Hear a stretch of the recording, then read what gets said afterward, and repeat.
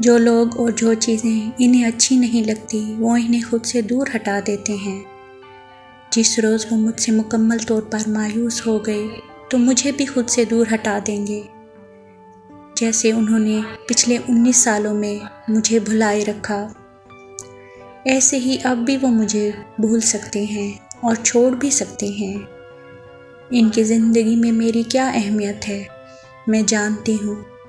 ان کی زندگی میں میری یہ اہمیت تھی کہ وہ مجھ سے فون پر ایک مختصر سی گفتگو کر کے اپنے کسی جاننے والے کو مجھے لانے کے لیے کہہ کر خود امریکہ اپنے لاڈلے بیٹے کی سالگرہ منانے اور اس کی دلجوئی کرنے چلے گئے۔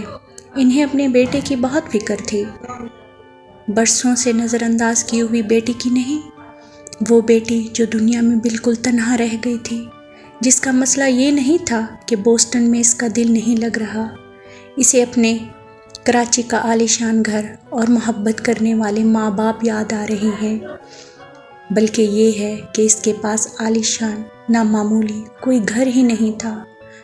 تم توفیق بھائی کو غلط سمجھ رہی ہو ام ایمن، تم ان کی بیٹی ہو۔ بیوی اور بیٹی میں بہت فرق ہوتا ہے، بیوی کو چھوڑا جا سکتا ہے، بیٹی کو نہیں۔ وہ تمہیں کبھی نہیں چھوڑیں گے، کبھی تمہیں خود سے دور نہیں کریں گے، چاہے تم کچھ بھی کرو۔ وہ نرمی سے اسے سمجھانے کی کوشش کر رہا تھا، محبت کرنے والا یا نفرت کرنے والا نہیں، بلکہ سرے سے اپنا کہنے کے لیے کوئی رشتہ ہی نہیں تھا۔ اب آپ یہ مت کہیے گا کہ میں بدتمیزی کر رہی ہوں یا انہیں غلط سمجھ رہی ہوں۔ وہ روتے ہوئے غصے سے بولی، تم بالکل ٹھیک کہہ رہی ہو، تمہارا ان سے شکوہ بالکل جائز ہے۔ اس نے حیرانی سے اس کی طرف دیکھا۔ پہلی بات وہ ان کا دفاع کرنے کی بجائے اسے ٹھیک کہہ رہا تھا۔ جب توفیق بھائی نے مجھ سے کہا تھا کہ میں تمہیں حیدرآباد سے کراچی لے آؤں تو مجھے یہ بات بہت عجیب لگی تھی۔ یہ ٹھیک ہے کہ اس وقت ان کے جانے میں بہت کم وقت رہ گیا تھا، وہ ایئرپورٹ جانے کے لیے گھر سے نکلنے والے تھے، لیکن اتنی بڑی بات سننے کے بعد انہیں اپنا جانا ملتوی کر دینا چاہیے تھا۔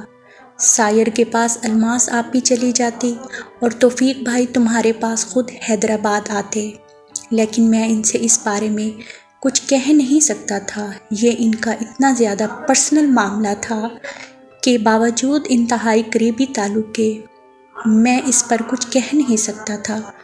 ہو سکتا تھا کہ وہ میرے کہنے کا مطلب یہ لیتے کہ مجھے ان کی بیٹی کو اپنے ساتھ لانے اور اپنے گھر میں ٹھہرانے پر اعتراض ہے، مگر حیدرآباد سے کراچی آتے راستے میں نے تمہیں روتے ہوئے دیکھا تو مجھے حقیقتاً دکھ ہوا تھا۔ میں نے محسوس کر لیا تھا کہ تمہیں صرف اپنی امی کے مرنے کا دکھ نہیں رلا رہا، بلکہ توفیق بھائی کا خود تمہیں لینے کے لیے نہ آنا بھی رلا رہا تھا۔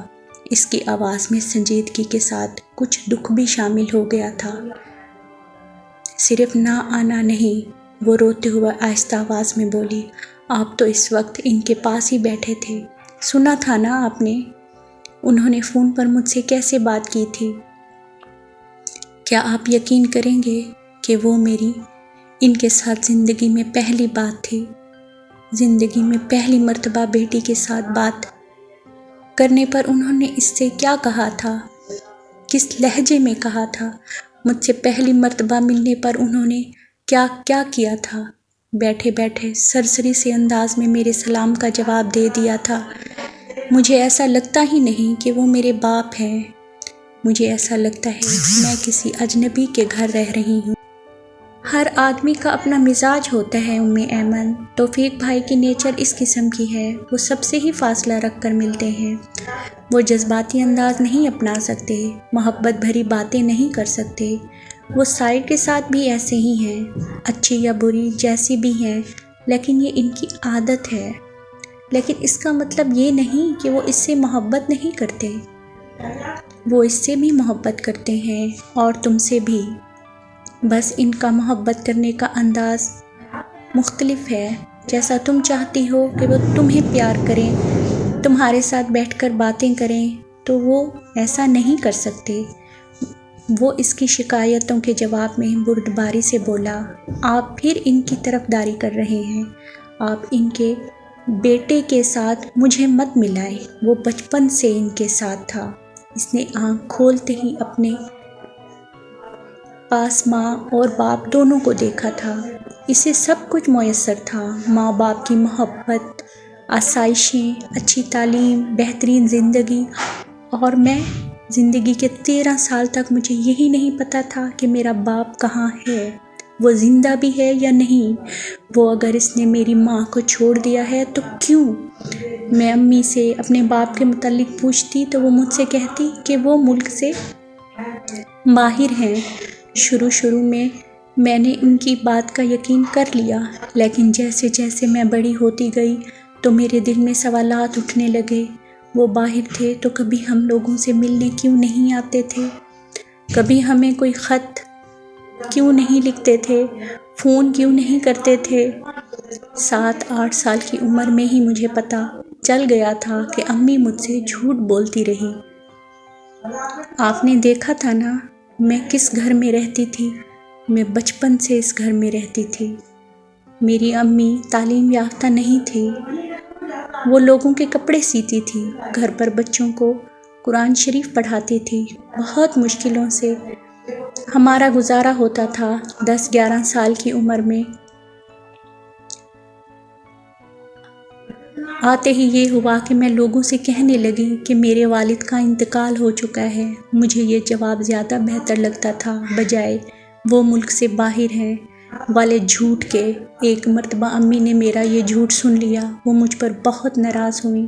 میں اپنے زندہ باپ کو مار رہی تھی۔ اس بات پر خفا ہونے کے ساتھ ساتھ انہیں خود ہی یہ احساس ہو گیا تھا کہ مجھے ساری بات بتا دینی چاہیے۔ تب 13 سال کی عمر میں امی کی زبانی میں نے اپنے باپ کے بارے میں سب کچھ سنا تھا۔ توفیق کا ایک غریب گھرانے میں پیدا ہونے والے بڑے آدمی وہ غلط جگہ پیدا ہو گئے تھے۔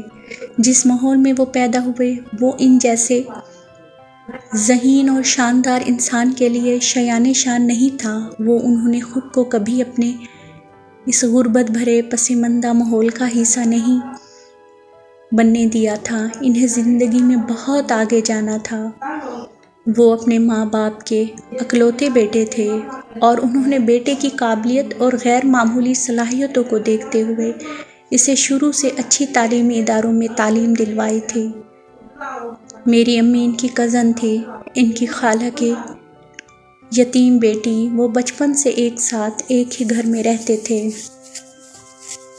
توفیق کمال کو اپنی اس ڈری سہمی اور بزدل سی کزن سے کوئی دلچسپی نہیں تھی، لیکن وہ اپنے اس ہینڈسم اور غیر معمولی خوبیوں کے مالک کزن سے دل ہی دل میں محبت کرنے لگی تھی۔ پھر وہ اعلیٰ تعلیم کے لیے کراچی چلے گئے۔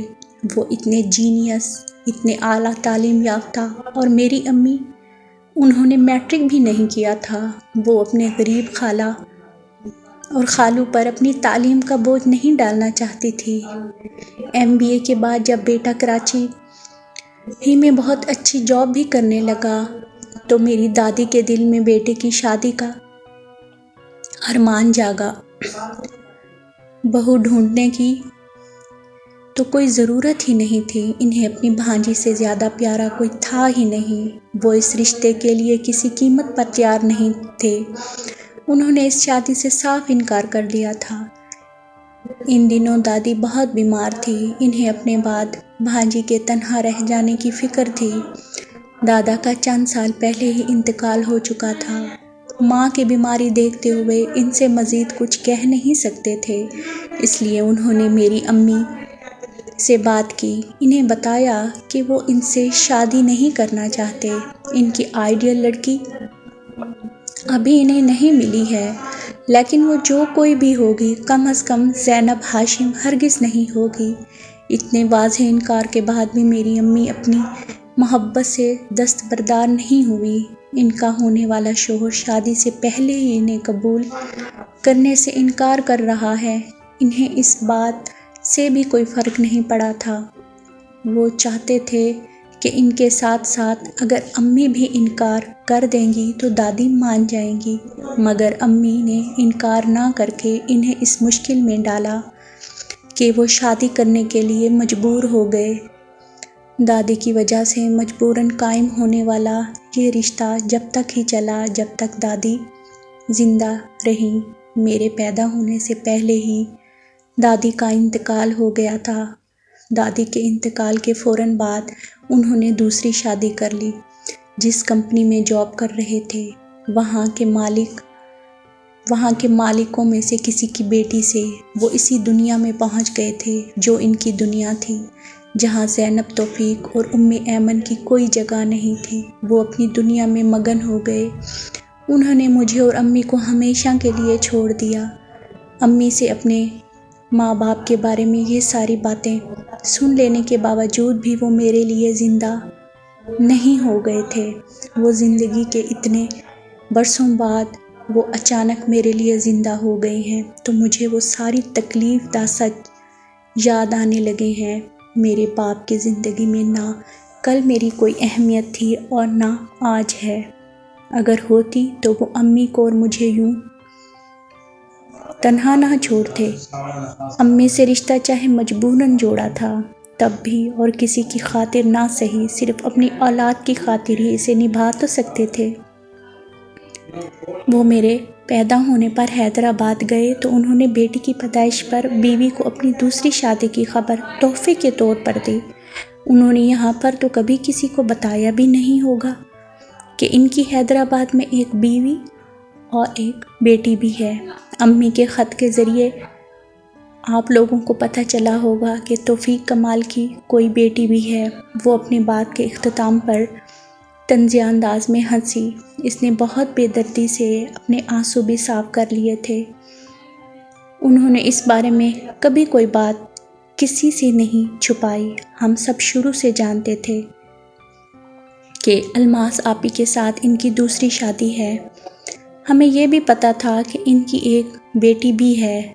انہوں نے اپنی بیوی کو کیوں چھوڑا یہ سب کم از کم میں تو نہیں جانتا تھا، اور مجھے ان کے ماضی کو جاننے میں کوئی دلچسپی تھی بھی نہیں۔ وہ اس کے پاس سے ہٹ کر واپس صوفے پر جا کر بیٹھ گیا۔ ہاں، تمہارے یہاں آنے کے بعد میں نے اس بارے میں ضرور سوچا تھا، مگر توفیق بھائی سے ان کی اتنی ذاتی باتیں پوچھنا مجھے مناسب نہیں لگا تھا۔ لیکن الماس آپی 10-15 دن پہلے خود ہی میرے ساتھ اس موضوع پر باتیں کرنے لگی تو میں نے ان سے بعض باتیں پوچھی تھی۔ وہ بولتے بولتے چند لمحوں کے لیے خاموش رہا۔ پتہ نہیں مجھے یہ بات تمہیں بتانی چاہیے یا نہیں، کیونکہ میرے خیال سے تو یہ بات خود تمہاری امی کو تمہیں بتانی چاہیے تھی۔ توفیق بھائی نے الماس آپی سے شادی کرنے کے چند مہینے بعد ہی تمہاری امی کو طلاق دے دی تھی۔ وہ اس رشتے کو مزید قائم رکھنا نہیں چاہتے تھے، جبکہ تمہاری امی طلاق نہیں چاہتی تھی۔ وہ چاہتے تھے کہ انہیں طلاق دینے کے بعد خود ان کی کسی دوسری جگہ شادی کروا دیں اور اپنی بیٹی کو اپنے ساتھ کراچی لے جائیں، مگر تمہاری امی نے ان ساری باتوں سے انکار کر دیا تھا۔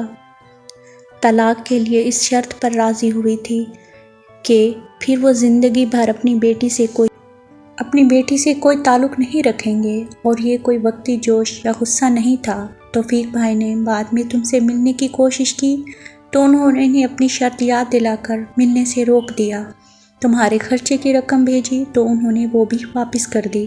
میں توفیق بھائی کی کوئی حمایت یا طرفداری نہیں کر رہا، یہ نہیں کہہ رہا کہ وہ بالکل ٹھیک تھے۔ وہ تمہاری امی غلط، وہ یقیناً غلط تھے، مگر تم اس الزام سے تو کم از کم انہیں بری کر دو کہ انہوں نے زندگی میں کبھی تمہیں کوئی آسائش دینے کی کوشش نہیں کی۔